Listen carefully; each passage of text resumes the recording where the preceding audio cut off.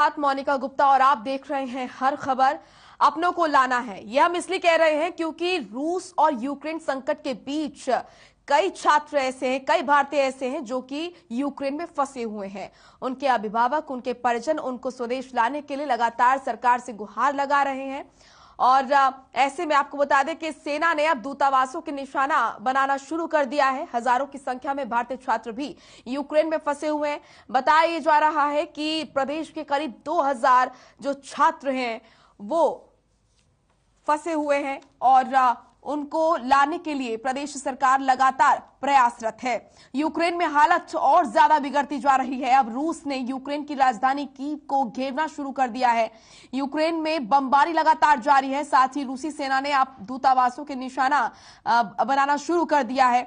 आपको बता दें कि सोनीपत के 5 और चरखी दादरी का एक छात्र यूक्रेन में फंसा है। सोनीपत में फंसी एमबीबीएस की छात्रा ने अपने घर पर फोन कर अपना हालचाल बताया। यूक्रेन के हालातों के बारे में उन्होंने बताया। यूक्रेन में स्थिति इस कदर बिगड़ चुकी है कि छात्रों को मेट्रो स्टेशन और बंकरों में शरण लेनी पड़ रही है।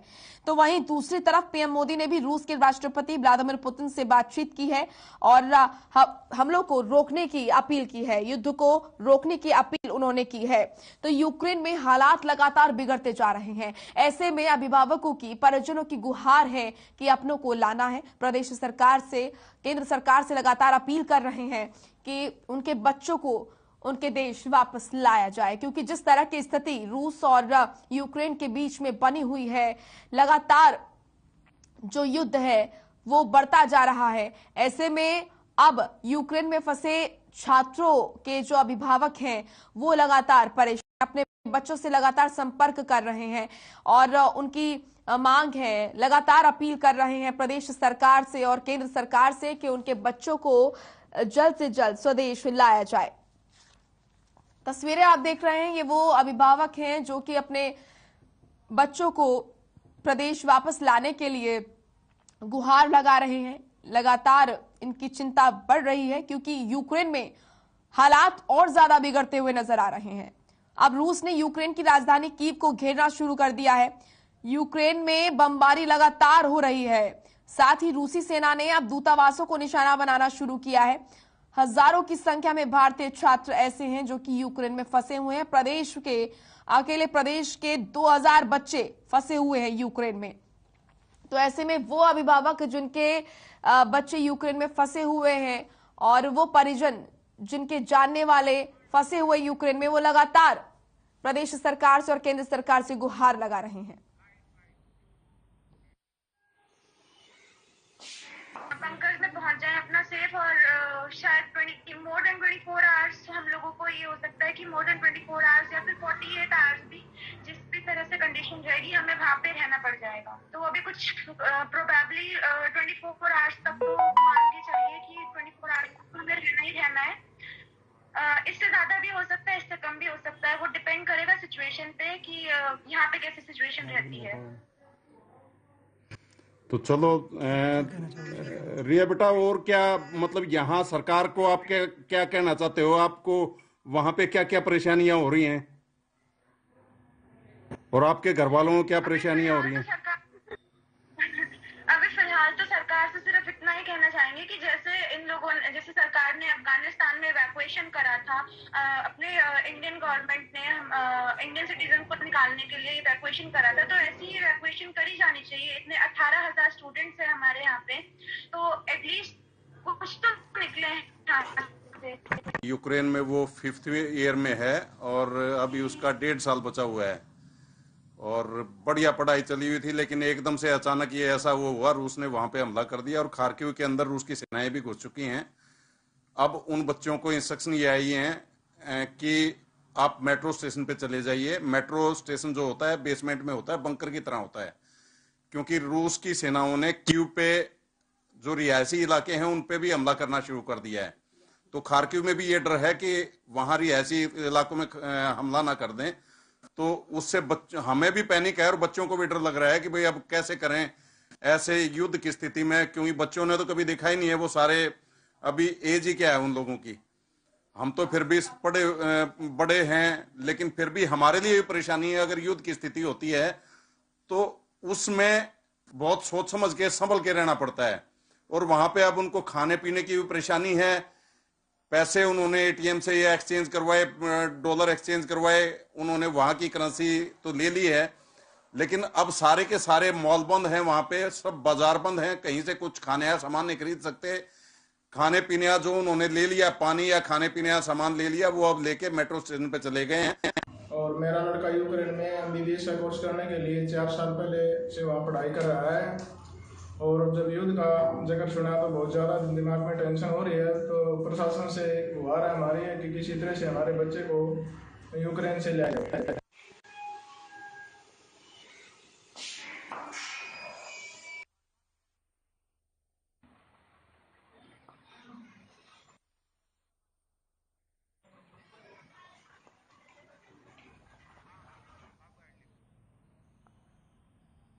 तो सुना आपने, जो अभिभावक हैं वो लगातार चिंता में हैं, अपने बच्चों से, अपने परिजनों से वो संपर्क साध रहे हैं, लगातार बातचीत कर रहे हैं और उनका केंद्र सरकार से और प्रदेश सरकार से ये कहना है कि जल्द ही उनके बच्चों को, उनके परिजनों को स्वदेश लाया जाए, क्योंकि जिस तरह की स्थिति यूक्रेन में बनी हुई है, हालात लगातार नाजुक बनते हुए नजर आ रहे हैं।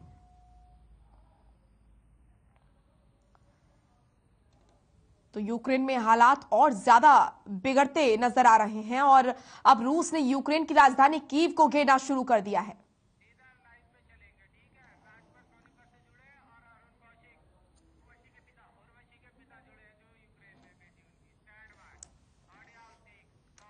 हमारे साथ हमारे सहयोगी लाजपत जुड़े हैं और इसी के साथ हमारे साथ उर्वशी छात्रा हैं जो कि यूक्रेन में पढ़ती हैं, उनके पिता भी जुड़े हैं, अरुण कौशिक जी।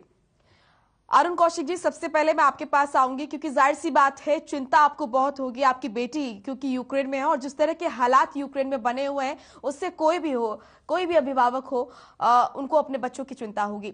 फिलहाल मैं आपसे ये जानना चाहती हूँ कि रिसेंट ही अभी कब बात हुई आपकी उर्वशी से? जी नमस्कार। मेरी अभी मॉर्निंग में व्हाट्सएप पे मैसेज करके चैट हो पा रही है उससे, वैसे बात नहीं हो पा रही है। मॉर्निंग में 4:10 पे मेरी हुई थी। वैसे वीडियो कॉलिंग कल शाम को हुई थी, कल शाम को बात हो पाई थी वीडियो कॉलिंग से। उसके बाद के लिए बोल दिया था। तो मेट्रो स्टेशन अंडरग्राउंड होते हैं तो वो ऑटोमेटिक बंकर ही हैं, तो वहां पे फिर रेंज की प्रॉब्लम रहती है, इसलिए वहां पे वीडियो कॉलिंग नहीं हो पा रही है। जी अरुण जी, जाहिर सी बात है इस तरह की स्थिति का जब आप सामना करते हैं, जब आप अपने बच्चे को इस तरह की स्थिति में देखते हैं तो आपका हौसला बना रहे ये बहुत जरूरी है और साथ ही आप अपने बच्चे को भी हौसला अफजाई उसकी करें, ये भी बहुत जरूरी है। फिलहाल प्रदेश सरकार से क्या आपकी बातचीत हुई है? कोई नुमाइंदा आया, किसी तरह का कोई आश्वासन आपको मिला है कि किस तरीके से क्या कुछ मदद की जा रही है या फिर क्या प्रयास किए जा रहे हैं बच्चों को वहां से लाने के लिए? नहीं, कोई नुमाइंदा वगैरह तो नहीं आया है, ना कोई ऐसा मैसेज आया है।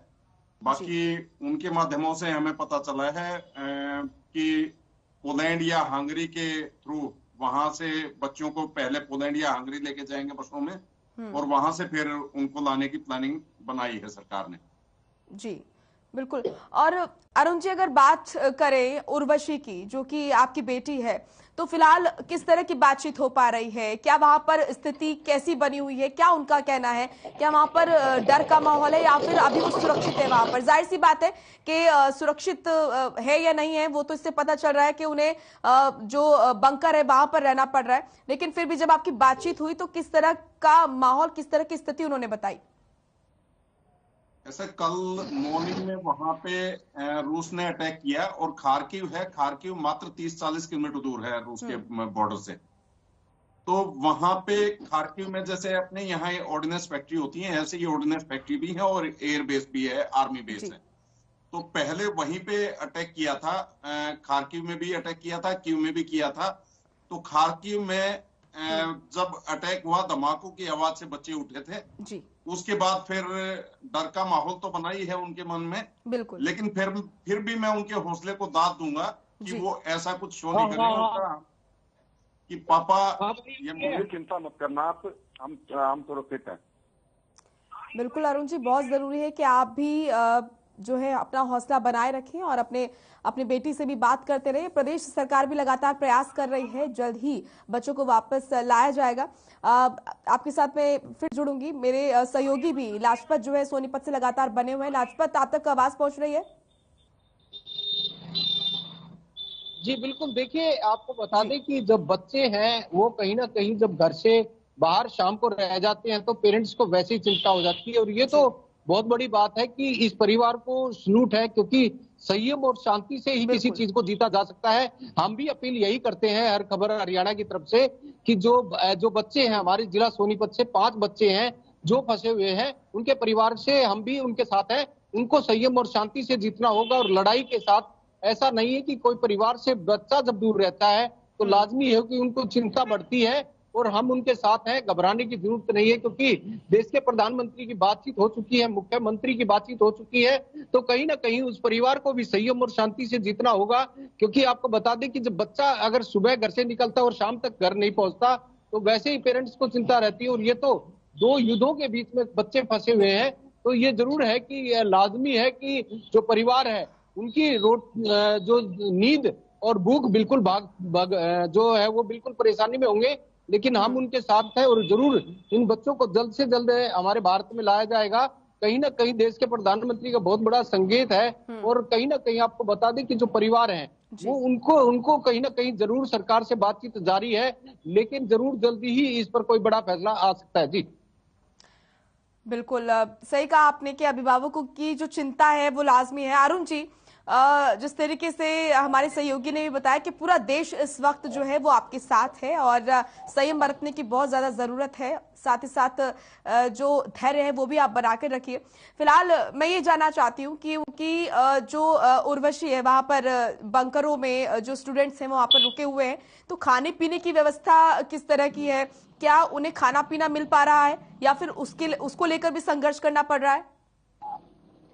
ऐसा जी, खाने पीने के लिए उन्होंने खुद ही कल परसों में अपना मार्केट से सामान खरीद लिया था। परसों खरीद लिया है, कल तो मार्केट वहां पे बंद थी टोटली। जो वहां पे मॉल है, शॉपिंग मॉल या वो सब चीजें बंद थी। तो एक दूसरी लड़की है रिया, वो भी यही सोनीपत से है। तो रिया के पास तो बल्कि पैसे की भी प्रॉब्लम थी। उसके मदर फादर ने कल पैसे डाले थे उसके अकाउंट में, लेकिन वो एटीएम से पैसे ही खत्म हो चुके थे। वो 3-4 जगह गई लेकिन पैसे नहीं मिल पाए। लेकिन वो फिर भी आपस में एडजस्ट किया उन बच्चों ने, और ये करना भी चाहिए ऐसे समय पे जी। लेकिन जहां तक बात उस पे देखिए, अब तो सरकार कर रही है और हमारी सरकार से अपील भी है, गुहार है कि बच्चों सुरक्षित जल्दी से जल्दी वापस लाएं। लेकिन जो पहले कदम उठाने चाहिए थे उनका वो थोड़ा सा कमी रही है सरकार की तरफ से जी। सरकार पहले चाहती तो कर सकती थी ये काम, क्योंकि एक 230-240 बच्चे एक बार फ्लाइट में आते हैं और सरकार की केवल एक फ्लाइट जा पाई एयर इंडिया की, और उसमें भी जो किराया था, जहां 20 से 25,000 रुपए किराया लगता है, 80,000 से 1 लाख के बीच में एयर इंडिया किराया वसूल कर रही थी, जबकि दूसरी फ्लाइट कम में आ रही थी दूसरे देशों की। लेकिन दूसरे कंट्रीज हमारे लिए क्यों पैनिक मोड देंगे जी। बिल्कुल। तो अगर सरकार हाँ, अरुण जी, फिलहाल आपको क्या लगता है कि कहां पर लापरवाही बरती गई है? कहां पर क्या हो सकता था सुरक्षा के लिए? लापरवाही यही पहले एयर इंडिया को, भारत सरकार को चाहिए था कि एयर इंडिया की या हमारी जो एयर फोर्स है उसकी फ्लाइट को वहां भेज के जल्दी से जल्दी इवैक्यूएट करवा लेना चाहिए था। और ये स्थिति आज के टाइम जो बच्चे वहां पे फंसे हैं वो नहीं फंसे रहते। कुछ फ्लाइट आ रही थी या फ्लाइट में बच्चे आ रहे थे, लेकिन टिकटें इतनी महंगी हो गई थी। जो एयर अरेबिया की या यूक्रेन की जो एयरलाइंस है उनकी वो जो आ रही थी फ्लाइट, उसमें बच्चे जो आ पा रहे थे टिकट बुक करवा के, वो थोड़ी सीटें होती थी वो बुक हो जाती थी जल्दी से। तो ये प्रॉब्लम थी। अब इन्होंने 24 तारीख को एक भेजी फ्लाइट, 24 तारीख को जब भेजी तो उसमें 250 के आसपास 250-250 बच्चे आए थे। तो ऐसे ही ये पहले भी करते, 24 के बाद 26 को थी, फिर 6 मार्च को थी। ये कदम ये पहले उठाते तो ये परिस्थिति पैदा नहीं होती। और अब भी मेरी प्रधानमंत्री जी से यही अपील है कि जल्दी से जल्दी ऐसा कदम उठा के, ताकि बच्चों के मन में जो डर है, लेकिन फिर भी मैं पहले भी मैंने कहा उनके हौसले को मैं दाद दूंगा कि वो घबराए हुए नहीं है, उल्टा हमें कह रहे हैं कि पापा चिंता मत करना। चलिए, अच्छी बात है, बहुत जरूरी है कि संयम आप रखें, धैर्य रखें। लाजपत, सुना आपने, चाहे अभिभावक किस भी तरीके से, या फिर वो कहें कि वो घबरा नहीं रहे हैं, डर में नहीं है, लेकिन अपने बच्चे को जब इस तरह की परिस्थिति में कोई भी माँ बाप देखेंगे तो जाहिर सी बात है कि जो उनके मन में जो भय है उसकी कल्पना भी हम नहीं कर सकते हैं। तो इस वक्त जो स्थिति बनी हुई है, माँ बाप के मन में जो घबराहट है वो दिखा भी नहीं सकते हैं, क्योंकि उनके बच्चे फिर घबरा जाएंगे। तो ऐसे में जिस तरीके से अरुण जी ने भी कहा कि कहीं ना कहीं कुछ लापरवाहियां बढ़ती तो गई हैं। भारत जो है शांति का दूत इसी को कहते हैं, क्योंकि हर व्यक्ति जो भारत में रहने वाला व्यक्ति है वो शांति का ही दूत है।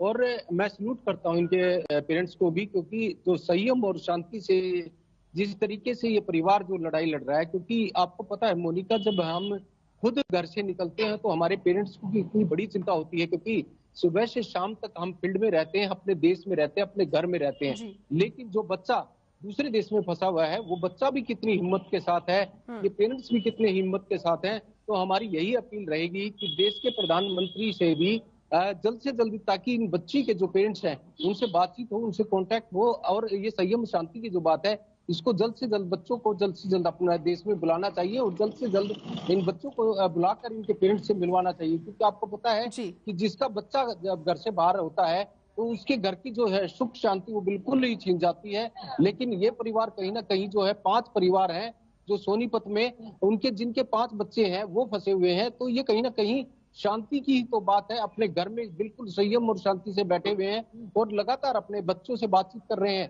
उन बच्चों को भी सल्यूट है कि वो सूखा खाना जो है अपने साथ लेकर गए हैं। जैसे ये जो पेरेंट्स हैं इनसे हमारी बातचीत हुई थी और बच्ची से भी बातचीत हुई थी, तो उन्होंने कहा कि सिर्फ एक कपड़ा जो तन पर हो, खाने की चीजें बैग में हो, ये कहीं ना कहीं जो संयम और शांति की तो बात है। और जैसे ये पेरेंट्स जो अपने बच्चे को समझाकर वीडियो कॉल पर बात हो रही है, जैसे व्हाट्सएप कॉल की बात हुई है, तो ये कहीं ना कहीं संयम और शांति की तो बात है। बच्चे को समझाना और उसको संयम शांति से लड़वाना, तो ये बहुत बड़ी बात है। और भारत को इसीलिए शांति का दूत कहा जाता है। लेकिन आपको बता दें कि जब युद्ध होता है तो उसमें काफी बड़ी दिक्कतें होती हैं और नुकसान ज्यादातर होता है। ये नुकसान हमारे देश पर भी भारी पड़ेगा, महंगाई का भी असर पड़ेगा, और बाजार में पहले से ही जो लोगों पर बाजार में जो महंगाई बढ़ रही है, वो ऐसा नहीं कि दोनों देशों की जो लड़ाई है वो हमारे भारत पर भी कहीं ना कहीं असर दिखाई दे रही है। जो बच्चे हैं हमारे भारत के, काफी बच्चे जो हैं वहां पर शिक्षा प्राप्त करने गए थे, जो बच्चे फंसे हुए हैं जल्द से जल्द वो हमारे भारत में पहुंचेंगे, ऐसा है। और कहीं ना कहीं आपको बता दें कि हरियाणा सरकार भी इसमें प्रयासरत है। ऐसा नहीं है कि हरियाणा सरकार काम नहीं कर रही। जैसे पेरेंट्स ने बताया कि जल्द से जल्द इसका कदम उठाना चाहिए था, बिल्कुल बनता है कि सरकार को जल्द से जल्द कदम उठाना चाहिए था। जल्द से, जब पता था कि युद्ध होना है दोनों देशों में, तो हमारे जो बच्चे फंसे हुए हैं उनको पहले से ही निकाल देना चाहिए था। ये कहीं ना कहीं आगे क्या कुछ हो सकता है ये जानना बहुत जरूरी है। जो हुआ उस पर बात करना कहीं ना कहीं व्यर्थ है। तो लाजपत, प्रदेश सरकार की तरफ से किस तरह के प्रयास आप देख रहे हैं बच्चों को लाने के लिए? जी बिल्कुल, देखिए जैसे हरियाणा सरकार की तरफ से एक नंबर जारी किया गया है कि हेल्प के लिए नंबर है, और मुख्यमंत्री भी कहीं ना कहीं जो है देश के प्रधानमंत्री से भी अटैचमेंट है, देश के प्रधानमंत्री भी कहीं ना कहीं बातचीत जारी है। तो लगता है कि हमारे बच्चे सेफ जरूर हैं और जल्दी हमारे भारत में पहुंचेंगे। ऐसा नहीं है कि सरकार चिंता नहीं कर रही है, लेकिन हमें संयम और शांति से ही जीता जा सकता है। कोई भी युद्ध होगा संयम और शांति से ही जीता जा सकता है। जब संयम और शांति होगा तो ही हम जीत सकते हैं। तो कहीं ना कहीं जल्द ही बच्चे हमारे भारत में पहुंचने वाले हैं। ऐसा नहीं है कि जो सरकार को चिंता नहीं है, पेरेंट्स को भी चिंता है, सरकार को भी चिंता है, और लगातार जो है जल्द ही बच्चे हमारे भारत पहुंचेंगे। इसलिए पेरेंट्स के साथ हर खबर हरियाणा बिल्कुल साथ में खड़ा हुआ है, और पूरी हमारा जो टीम है वो पेरेंट्स के साथ खड़ी हुई है। ऐसा नहीं है कि उनको चिंता है, हमारे को भी चिंता है, पूरे भारत को चिंता है। क्योंकि जिनके बच्चे जो हैं दोनों युद्धों के बीच में फंसे हुए हैं, तो उनको लाजमी है कि हमारा फर्ज बनता है कि उनके साथ रहें। उनके रिश्तेदार जो हैं, यारे प्यारे दोस्त हैं, वो भी साथ में हैं। पूरे भारत को आज इस बात की जरूर चिंता है, हर व्यक्ति के एक दिमाग में जरूर बात है, क्योंकि दोनों जो देशों की जो लड़ाई है वो कहीं ना कहीं जो लपटें हैं वो हमारे तक भी पहुंच रही हैं। ऐसा नहीं है कि ये जो लपटें हमारे देश पर भी पहुंच रही है। महंगाई का भी असर जरूर दिखाई देगा, क्योंकि लगातार जब दो देशों की जब लड़ाई होती है तो वो पूरे वर्ल्ड में कहीं ना कहीं नुकसान होता है। और हम इन पेरेंट्स को सल्यूट करते हैं, ये संयम और शांति से जैसे लड़ रहे हैं, और बच्चों को जो बच्चों से लगातार अटैचमेंट है, तो लगातार जो बच्चों से अटैचमेंट रहना चाहिए ताकि बच्चों को मनोबल मिले, क्योंकि स्थिति ज्यादा टाइट है और जो स्थिति टाइट में जो संयम और शांति जो परिवार जो देता है वो ताकत बनती है और उस ताकत से ही जीता जा सकता है। क्योंकि जब संयम और शांति रहेगी तो शरीर में ताकत रहेगी और दिमाग में ताकत रहेगी, तभी जीता जा सकता है और तभी हम भारत जो है वो शांति का दूत रहता है। जी अरुण जी, जैसा कि हमारे सहयोगी ने भी बताया कि प्रदेश सरकार जो है वो प्रयास कर रही है, एक हेल्पलाइन नंबर भी जारी किया गया है,